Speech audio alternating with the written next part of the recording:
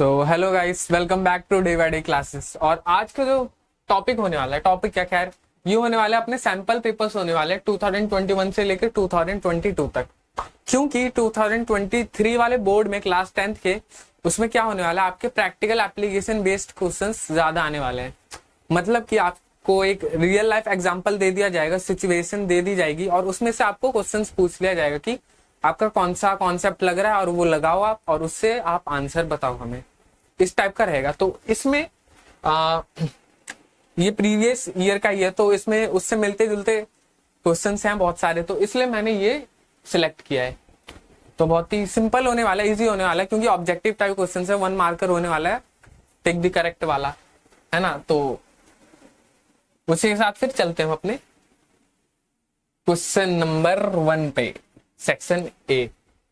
तो पहला क्वेश्चन कुछ इस तरीके से कह रहा है, Reema took 5 ml of lead nitrate solution in a beaker and added approximately 4 ml of potassium iodide solution to it. What would she observe? वो क्या ऑब्जर्व करेगी? तो इसमें दो चीजें हैं, लेड नाइट्रेट। तो लेड नाइट्रेट को कुछ इस तरीके से हम दिखाते हैं, प्लस पोटेशियम आयोडाइड। तो इनका रिएक्शन होता है, तो हमें जैसा पता है कि थोड़ा नीचे लिख देता हूं, KNO3 हो जाता है, potassium nitrate plus lead iodide हो जाता है ना। और ये जो लेड आयोडाइड होता है, यही होता है मेरा, क्या होता है, यही होता है मेरा येलो प्रेसिपिटेट, है ना। ये होता है मेरा येलो प्रेसिपिटेट फॉर्म होता है। तो लेकिन ऐसे बहुत सारे क्वेश्चन है जिसमें आपको रिएक्शन याद रखनी पड़ेंगी, वो हम करेंगे, रिएक्शन भी करेंगे, इसमें अच्छे से करेंगे। मैं आपके लिए एक वीडियो ले आऊंगा जिसमें मैं केमिस्ट्री के रिएक्शंस है वो सारे आपको बता दूंगा विद ट्रिक्स एंड एग्जांपल्स बढ़िया तरीके से। तो अब हमारा कम्युनिटी टैब भी एक्टिव हो चुका है, तो उसमें जरूर आप सजेशन बता सकते हैं। मैं जैसे शॉर्ट में आप देख सकते हो कि हमने डाल दिया है वो जो पोस्ट है, तो उसमें आप अपना जो भी पॉइंट ऑफ व्यू है वो बता सकते हो, उसमें कमेंट करके बता सकते हो, या फिर जैसे भी आपको ठीक लगे। तो अब हम चलते हैं अपने रिएक्शन पे। तो जैसे कि lead nitrate plus potassium iodide, तो इनका रिएक्शन होता है, तो मेरा प्रोडक्ट क्या फॉर्म होता है, potassium nitrate plus lead iodide. और ये जो लेड आयोडाइड होता है, यही होता है मेरा येलो प्रेसिपिटेट, है ना। तो वैसे ही सिंपली सी को टिक लगाना है, सॉरी सी बोल रहा हूं, सिंपली हमें बी को टिक लगाना है, येलो प्रेसिपिटेट वाज फॉर्म्ड। तो इतने सिंपल होने वाले हैं इस टाइप के क्वेश्चंस। तो 25% वेटेज रहेगी इस टाइप के क्वेश्चंस की, ऑब्जेक्टिव टाइप के, और बाकी रहेगी आपकी सब्जेक्टिव टाइप 75% की वेटेज। तो अब चलते हैं नेक्स्ट पे, सेकंड क्वेश्चन पे। Identify gas A in the following experiment.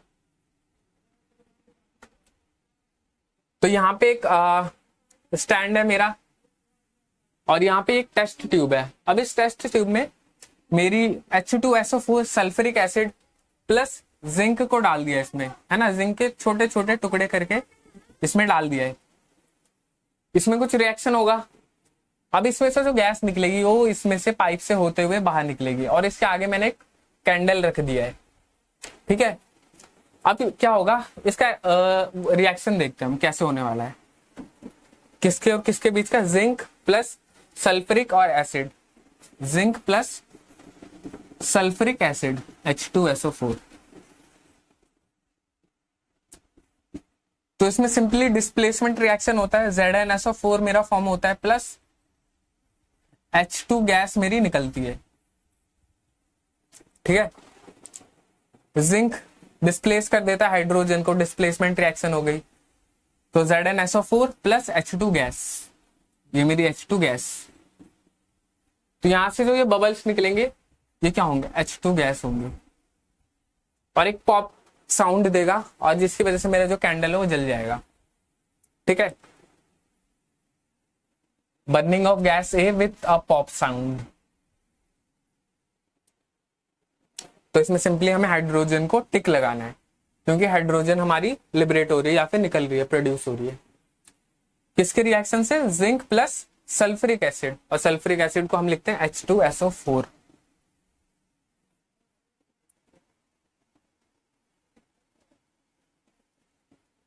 अब हम चलते हैं थर्ड क्वेश्चन पे। तो थर्ड क्वेश्चन है मेरा मेटल प्लस डाइल्यूट HCl, और इसमें देखो मेटल को डाइल्यूट HCl से रिएक्ट कराया तो मेरे क्या क्या प्रोडक्ट आ रहे हैं? मेटल सॉल्ट प्लस गैस, ये दो चीजें निकल रही है। मतलब सपोज अगर मैं इसको आयरन से कराऊं, तो आयरन को अगर HCl से कराऊं तो आयरन सॉल्ट निकलेगा मेरा, प्लस एक गैस इवॉल्व होगी, गैस निकलेगी। तो वैसे इसमें कुछ ऑप्शन देखे कि कौन से मेटल्स को अगर हम इसकी जगह इन चारों में से कौन सा मेटल डालेंगे तो मेटल सॉल्ट भी प्रोड्यूस होगा प्लस गैस भी निकलेगी मेरी।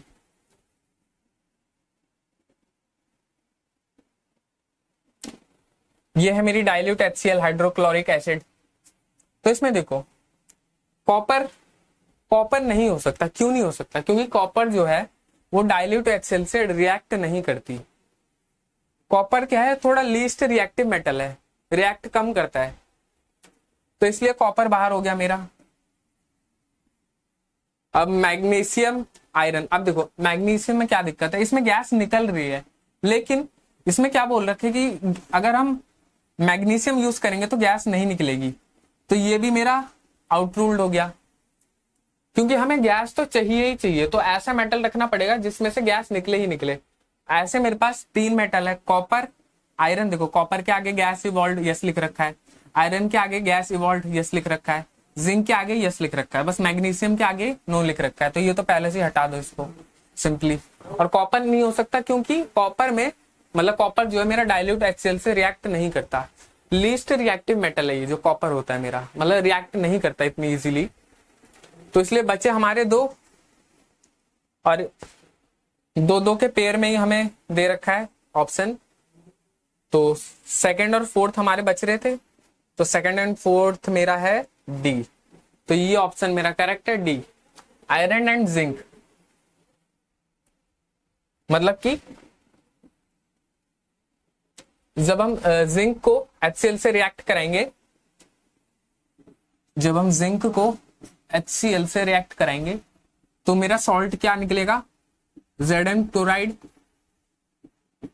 प्लस H2, यहां पे 2H2, ठीक है। ZnCl यहां पे 2Zn आएगा, ताकि बैलेंस रिएक्शन क्या हो जाए, बैलेंस हो जाए।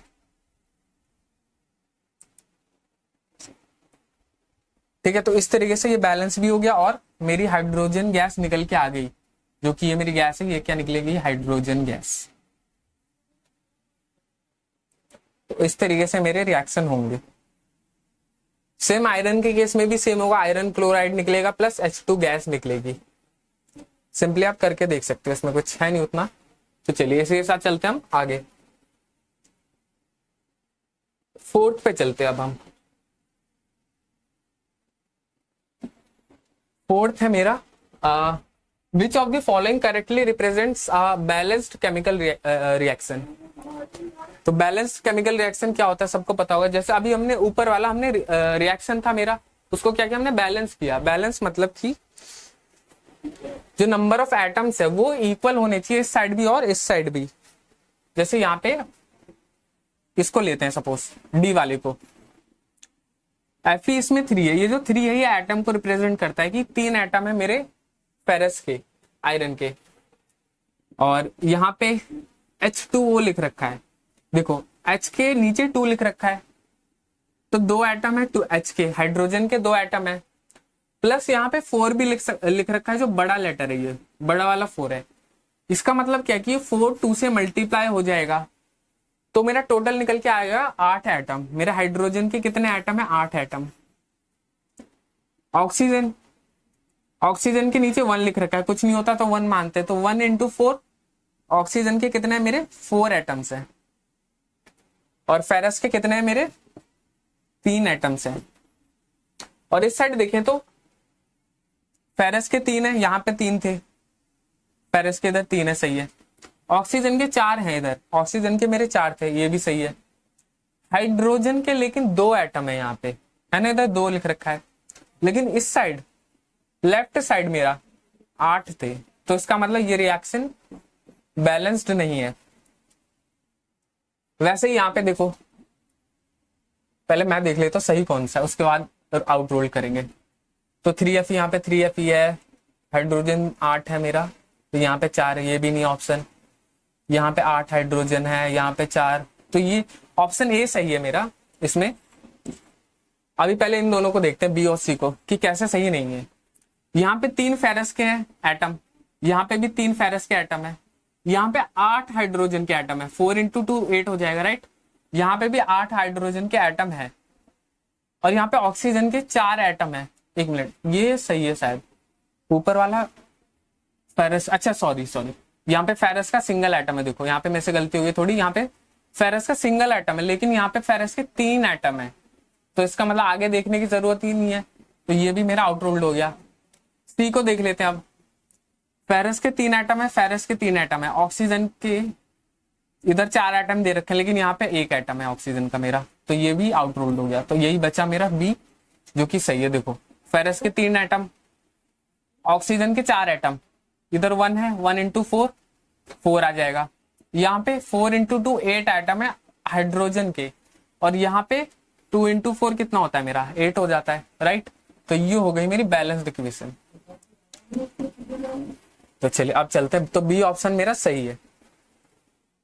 तो सिंपली क्या करना है, जो रिएक्टेंट साइड है मेरी, आपको सॉल्व करना है। तो रिएक्टेंट साइड है वो एक साइड लिख लिया आपने, जैसे फेरस, जैसे अभी लिखा था हमने, फेरस, हाइड्रोजन, ऑक्सीजन, और उनके एटम्स लिख दे कि टोटल नंबर ऑफ एटम्स कितने हैं फेरस, हाइड्रोजन, एटम, ऑक्सीजन में। फिर उनको इस साइड देख लिया, कंपेयर कर लिया कि इस साइड हाइड्रोजन के एटम सिमिलर है, मतलब इक्वल नंबर ऑफ है या नहीं। तो इस तरीके से आप देख सकते हो, प्रैक्टिस से आई ये चीजें। प्रैक्टिस करते करते एक टाइम ऐसा रहेगा, आपको सारे ऑप्शन देखने की जरूरत ही नहीं पड़ेगी, आपको देखते ही समझ में आ जाएगा कि हाँ ये ऑप्शन सही है, और टिक लगाया, आगे बढ़ा। और यही स्पीड चाहिए हमें पेपर में। करेंगे धीरे धीरे, कोई दिक्कत वाली बात नहीं है। अब आते हैं हम 5th क्वेश्चन पे अपने। 5th क्वेश्चन मेरा क्या बोल रहा है, the graph given below depicts neutralisation process reaction acid plus alkali gives salt plus water. Acid plus alkali base, तो सॉल्ट और वाटर देता है मेरा। तो pH of a solution changes as we add excess of acid to an alkali. बिल्कुल सही बात है, मेरा बेस है, उसमें आप एसिड ऐड करते जाओगे तो क्या होगा, वो बेस एसिड की तरफ कन्वर्ट होना स्टार्ट हो जाएगा, राइट। तो इसमें भी सेम बात की जा रही है। तो एसिड प्लस एल्कली जब मिलाया तो एक सॉल्ट आया मेरा, प्लस वाटर आया मेरा। और यहाँ पे मेरी एक ग्राफ दे रखी है जो y एक्सिस है, ये इसमें मेरी pH वैल्यू दे रखी है। pH वैल्यू हमें पता है, TS स्केल होता है हमारा 1 से लेके 14 तक, और बीच में रहता है 7 मतलब न्यूट्रल, 1 मतलब हाईली एसिडिक, 14 मतलब हाईली बेसिक, ठीक है। तो 7 से नीचे वाले एसिडिक, 7 से ऊपर वाले बेसिक। और यहाँ पे मेरा ग्राफ दे रखा है, y एक्सिस के अलोंग pH की वैल्यू दे रखी है 0 to 14, 1 से 14 लिख दिया मैंने, कोई दिक्कत नहीं।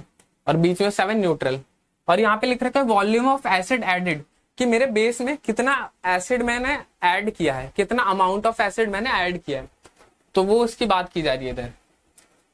और इसमें पूछा क्या है, which letter denotes the area of the graph where both acid and salt are present.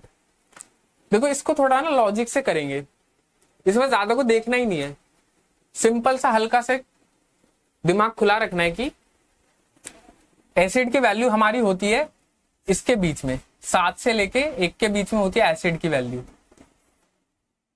अब देखो बी और सी, ए बी और सी को देख लो, सी यहां पे आ रहा है कहीं मेरा, मतलब 7 के ऊपर आ रहा है ना, 7 वाली वैल्यू के ऊपर आती है मेरी बेसिक वैल्यू, ये क्या है मेरी बेसिक वैल्यू। तो ए बी सी ये क्या हो गए, मेरे बेस हो गए, राइट। अब डी हो गया मेरा एसिड, क्योंकि 7 से 0 के बीच में है, तो डी हो गया मेरा एसिड। तो इसी को देखते हुए हमने डी पे टिक लगा दिया, सिंपल सा, और कुछ देखना ही नहीं है। इतना सिंपल था ये मैंने कॉन्सेप्ट बताया, लेकिन करने में 1 सेकंड से भी कम लगेंगे भाई। ऊपर में सबसे इजी यही था अभी तक। ठीक है, सिंपल इजी, कोई दिक्कत वाली बात नहीं है। चलिए 6th पे चलते हैं हम अपने।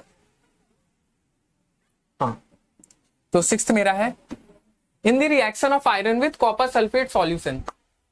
कॉपर सल्फेट सॉल्यूशन की बात हो रही है, plus Fe, copper sulphate plus Fe। Fe क्या होता है मेरा? फेरस होता है। अभी यहां पे देखो ये कौन सा रिएक्शन है, ध्यान से देखो एक बार। कॉपर सल्फेट है प्लस Fe है, यहां पे कॉपर अलग हो गया, Fe सल्फेट FeSO4 एक साथ हो गए। इसमें क्या हुआ? फेरस ने कॉपर को डिस्प्लेस कर दिया, फेरस ने कॉपर को अलग कर दिया, और यहां पे FeSO4 के साथ आ गया। Fe ने कॉपर को हटा दिया, SO4 के साथ आ गया, सिंपल। ठीक है, तो ये हो गया मेरा डिस्प्लेसमेंट रिएक्शन। Fe ने कॉपर को डिस्प्लेस कर दिया, इसलिए ये मेरा हो गया डिस्प्लेसमेंट रिएक्शन।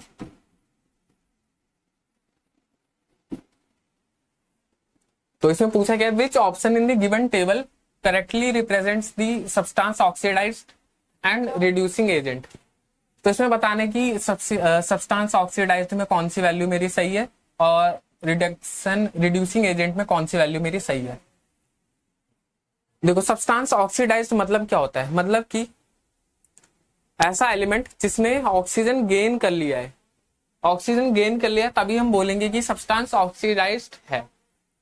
जैसे यहां पे रिएक्शन होने के बाद FeSO4 के साथ आ गया, पहले Fe अकेला था, लेकिन जैसे ही SO4 के साथ आया इसके पास ऑक्सीजन भी आ गया, है ना। तो Fe तो ऑक्सीडाइज्ड है, तो सिंपली हमारे इन दोनों में से कोई एक होने वाला है, क्योंकि इधर भी Fe है और इधर FeSO4 है, तो इन दोनों में से कोई एक ऑप्शन होने वाला है, ए या बी में से। अब आ जाते हैं रिड्यूसिंग एजेंट पे। देखो रिड्यूसिंग एजेंट मतलब वो एजेंट, या फिर उसने, इसका मतलब ये होता है कि या तो उसने ऑक्सीजन को रिमूव करने में हेल्प किए या फिर हाइड्रोजन को गेन करने में हेल्प किए। ये एक्चुअली होता है मेरा रिडक्शन रिएक्शन। रिड्यूसिंग एजेंट मतलब ठीक इसका अपोजिट होता है, जिसने ऑक्सीजन को गेन करने में हेल्प किया और हाइड्रोजन को रिमूव करने में हेल्प किया। यहां पे देखो तो जो FeSO4 है मेरा, यहां पे Fe था, यहां पे SO4 हो गया मेरा। ठीक है, यहां पे Fe था, यहां पे FeSO4 हो गया, फेरस सल्फेट हो गया, इसने ऑक्सीजन गेन कर लिया। लेकिन इसके ऊपर देखो तो Fe ने ऑक्सीजन को गेन किया है, Fe ने ऑक्सीजन को गेन किया है। यहां पे अकेला था, इसके पास ऑक्सीजन आ गया, तो Fe ने ऑक्सीजन को गेन करने में हेल्प की है, तो इसलिए रिड्यूसिंग एजेंट भी यही हो जाता है मेरा, और ऑक्सीडाइज्ड भी फेरस हो जाता है मेरा। तो दोनों में सेम रहेंगे, फेरस ऑक्साइड मतलब फेरस फेरस, रिड्यूसिंग एजेंट में भी और सब्सटेंस ऑक्सीडाइज्ड में भी। तो इस तरीके से आपको देखने पड़ेंगे और समझने पड़ेंगे चीजें। चलिए फिर इसके साथ थोड़ा आगे बढ़ते हैं। ये तो डेफिनेशन बेस्ड है, मतलब ये तो आपको याद ही होनी चाहिए, तो सिंपल है। The chemical reaction between copper and oxygen can be categorised as, तो कॉपर प्लस ऑक्सीजन, तो ये हो जाता है मेरा 2CuO, कॉपर ऑक्साइड। पहले दोनों अलग अलग थे भैया, लेकिन उनके बीच कुछ इस तरीके से संबंध बने कि ये दोनों एक साथ आ गए, और इन्हीं संबंध बनाने के प्रोसेस को हम बोलते हैं सगाई, मतलब कॉम्बिनेशन रिएक्शन, है ना। तो तालियां हो जाए, कॉपर और ऑक्सीजन साथ जुड़ गए, है ना, इससे खुशी की बात क्या हो सकती है।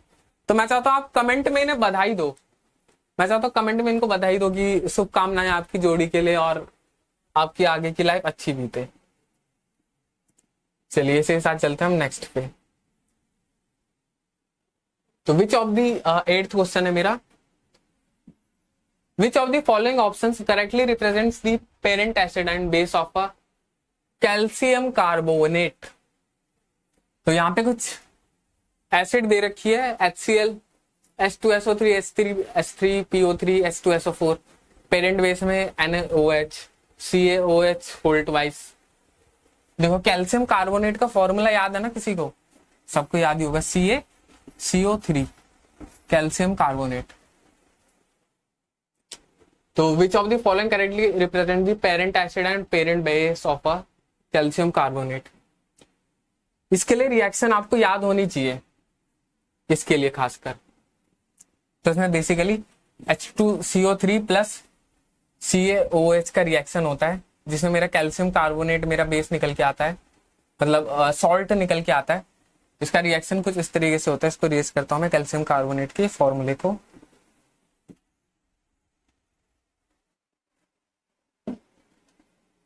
H2CO3 plus CaOH whole twice.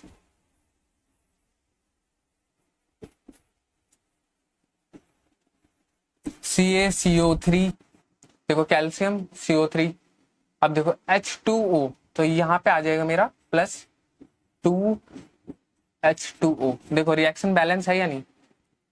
C के पास सिंगल एटम है, CO3, O के पास 3 एटम है, C के पास 1 एटम है। ये मेरा बैलेंस्ड है। अब H2O पे आ जाते हैं। हाइड्रोजन के पास मेरे 2 एटम है, यहाँ पे हाइड्रोजन के पास 2 एटम है, तो टोटल हो गए मेरे पास 4 एटम। तो 2 × 2 4 एटम्स हो गए। ऑक्सीजन के पास इधर 1 है, 1 × 2 2 एटम्स हो गए। यहाँ पे ऑक्सीजन के पास 1 × 2 2 एटम्स हो गए। तो ये हो गया मेरा बैलेंस। तो इस तरीके से आपको केमिकल रिएक्शंस याद रखनी है। तो कुछ नहीं, सारे रिएक्शंस हम करेंगे, ऐसी दिक्कत लेने वाली कोई बात नहीं है, सब अच्छे से करेंगे, बढ़िया तरीके से होंगे। और 9th पे आ जाते हैं। आज हम 10 क्वेश्चन ही करेंगे। अगर कम्युनिटी पोस्ट पे मुझे पता चल जाएगी बच्चों का रिएक्शन कैसा है, चाहते क्या है कि, है ना, इस टाइम पे वैलिड चीजें कौन सी चीजें मैं पढ़ाऊं एक्चुअली, है ना, ताकि बच्चों को भी फायदा और टीचर्स को तो हो ही, ताकि बच्चों को समझ में आए एटलीस्ट। अब आ जाते हैं 9th पे। How will you protect yourself from the heat generated while diluting a concentrated acid? तो डाइल्यूशन पता है सबको। बेसिकली 2 टाइप के एसिड होते हैं हमारे पास।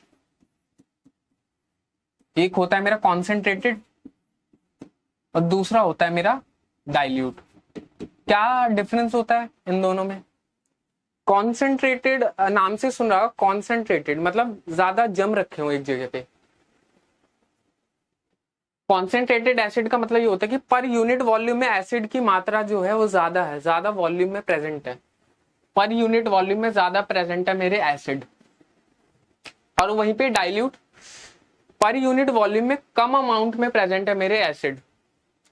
और उसको डाइल्यूट कैसे करते हैं हम? जब एसिड में पानी मिलाते जाते हैं तो मेरा एसिड क्या होता है? डाइल्यूट होना स्टार्ट हो जाता है। तो वही इसमें पूछ रखी है, अगर मुझे एसिड को अपने डाइल्यूट बनाना है, मतलब कि एसिड का असर मुझे कम करना है, डिक्रीज करना है, तो मुझे क्या करना पड़ेगा? कौन सा सेफली रहेगा, सबसे सेफ रहेगा? How will you protect yourself from the heat generated? जैसा हमें पता है कि जब भी हम एसिड को डाइल्यूट में कन्वर्ट करते हैं, कॉन्सेंट्रेटेड एसिड को डाइल्यूट में कन्वर्ट करते हैं, तो एक्सोथर्मिक रिएक्शन होता है, मतलब हीट रिलीज ज्यादा होती है। तो उससे बचते हुए हम इन चारों में से कौन सा प्रोसेस अपना सकते हैं ताकि हम सेफली कर पाए डाइल्यूट? तो इसमें नॉर्मली सिंपली हमें क्या करते हैं, एसिड में हम पानी को मिलाते हैं ना, तो सिंपली इसमें पानी वाले ऑप्शन देख लो कौन से हैं। ये 3 है हमारे पास, A, B और C। ए पे चलते हैं पहले। बाय एसिड टू, नहीं ए पे नहीं चलेंगे, सही है ऑप्शन मेरा, बी पे चलेंगे पहले। By adding water to acid with constant stirring. हाँ, सेफली तभी होगा जब प्रॉपर आप पानी भी डाल रहे हो, मतलब सपोज ले लेते पानी डाल रहे हो प्रॉपर स्टीयर कर रहे हो, घोल रहे हो साथ में, तभी जाके प्रॉपरली मेरा मिक्स हो पाएगा एसिड और वाटर। तो सपोज आप पानी डाल रहे हो, मिक्स कर रहे हो, अगर आपने ऐसा किया है ना, अपनी समझदारी दिखाते हुए आपने पानी डाल रहे हो एसिड में, तो क्या होगा? आपका सुंदर सा मुखड़ा असुंदर में कन्वर्ट हो जाएगा। ये बात आप ध्यान रखना। इस वाले प्रोसेस को अगर आप अपनाओगे, बी वाले को, वाटर को अगर एसिड में डालोगे, क्योंकि एक्सोथर्मिक रिएक्शन होता है और हीट एकदम से मुंह पे आती है, इसलिए वो थोड़ा सेफ नहीं रहता, अनसेफ रहता है। और वहीं पे सी वाला, by adding water to acid followed by base. देखो हम सबको पता है कि एसिड में हमेशा न्यूट्रल चीजें ही डाली जाती है ना। एसिड में हमेशा न्यूट्रल चीजें ही डाली जाती है, तभी वो डाइल्यूट में कन्वर्ट हो पाता है। तो इसलिए इसका भी कुछ मतलब नहीं बनता, तो सीधा ए ऑप्शन बचा। एसिड टू वाटर, ऐसा क्यों करते हैं हम, एसिड को वाटर में क्यों डालते हैं? क्योंकि जैसे एसिड को वाटर में डालोगे तो वाटर क्या है, एसिड की जो एनर्जी है, हीट है, हीट रिलीज करता है एसिड मेरा, तो उसको एब्जॉर्ब कर लेगी पानी के अंदर ही, तो बाहर नहीं आ पाएगी हीट। इसलिए मेरा ए ऑप्शन सेफ रहता है और करेक्ट होता है, तो इसलिए हमने ए ऑप्शन को टिक लगा दिया। अब आ जाते हैं फाइनल और 10th पे हमारे। ये बेसिकली केमिस्ट्री का पोर्शन है, तो केमिस्ट्री का 10th तक खत्म हो जाता है, इसके आगे बायो का चलेगा तो हम देखेंगे नेक्स्ट वीडियो में। तो why is it important to balance a skeletal chemical equation? तो भैया सबने पढ़ रखा होगा, अगर नहीं पढ़ा होगा तो बंद कर दो यार, वीडियो बंद कर दो भाई, बंद कर दो। तो बी ऑप्शन है to verify the law of conservation of mass. ये तो सबने पढ़ रखा होगा, पहले चैप्टर के पहले पन्ने पे ही ये लिख रखा है, to verify the law of conservation of mass, कि mass can neither be created nor be destroyed. ठीक है, तो उसी के अकॉर्डिंग हम जो अपना केमिकल इक्वेशन होता है उसको हम बैलेंस करते हैं, ताकि कोई भी चीज यहाँ पे ज्यादा नहीं होनी चाहिए और यहाँ पे कम नहीं होनी चाहिए। रिएक्टेंट और प्रोडक्ट हमेशा इक्वल रहने चाहिए। इसलिए जैसे मतलब इसका कहने का मतलब ये होता है कि रिएक्टेंट और प्रोडक्ट इक्वल होने का मतलब ये होता है कि एनर्जी ना कभी वेस्ट नहीं होती। वेस्ट होने का ये मतलब है कि जैसे कुछ रिएक्शन हुआ, जैसे एसिड प्लस वाटर वाला, तो हीट रिलीज हुई। अब इस हीट को हम चाहे तो अपने हिसाब से कन्वर्ट कर सकते हैं। हीट को आप अपने हिसाब से कन्वर्ट करने का मतलब है कि कोई चीज गर्म कर लो उस हीट से, है ना, या फिर वेस्ट होने दो। अब वो चीज आपके लिए वेस्ट है, लेकिन वो नेचर में कहीं ना कहीं किसी ना किसी को फायदा ही देगी, किसी ना किसी को फायदा ही देगी। इसलिए to verify the law of conservation of mass हमारा सही होता है, और इसी के चलते हम बैलेंस करते हैं। तो ये हमारा लास्ट क्वेश्चन था 10th वाला, और इसी के साथ मिलते हैं नेक्स्ट वीडियो में। और आप लाइक करिए, शेयर करिए और सब्सक्राइब करिए, और हमें कमेंट में बताइए कि आपको कैसी लगी वीडियो, और सारे रिएक्शन बताइए, और कुछ बढ़िया सा क्वेश्चन पूछिए यार, जिसमें हमारे भी फंडे हिल जाए यार, क्या पूछ दिया बच्चे ने। तो उसी के साथ मिलते हैं नेक्स्ट वीडियो में, तब तक के लिए देखते रहिए डे बाय डे क्लास।